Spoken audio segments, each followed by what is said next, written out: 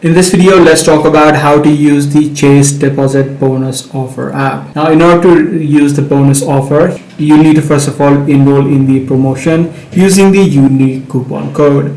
You'll be able to find different offers being displayed either on your email, on the Chase Offers website, or on the app's promotional banner that you should be able to find if the promotion is currently going on. So as I said, you need to first of all find the promotion on one of these three sections or one of these three locations, and then you need to simply open an account. Tap on the open account tab within the app, or using the link if you found the link using your email, and then apply the coupon code that you'll be able to see within the account opening section. Once that process is done, you need to first of all meet your requirements, whether you have a checkings account or a savings account, and you can track the entire progress within the application through the dashboard within the account section. So that's pretty much all there is to it.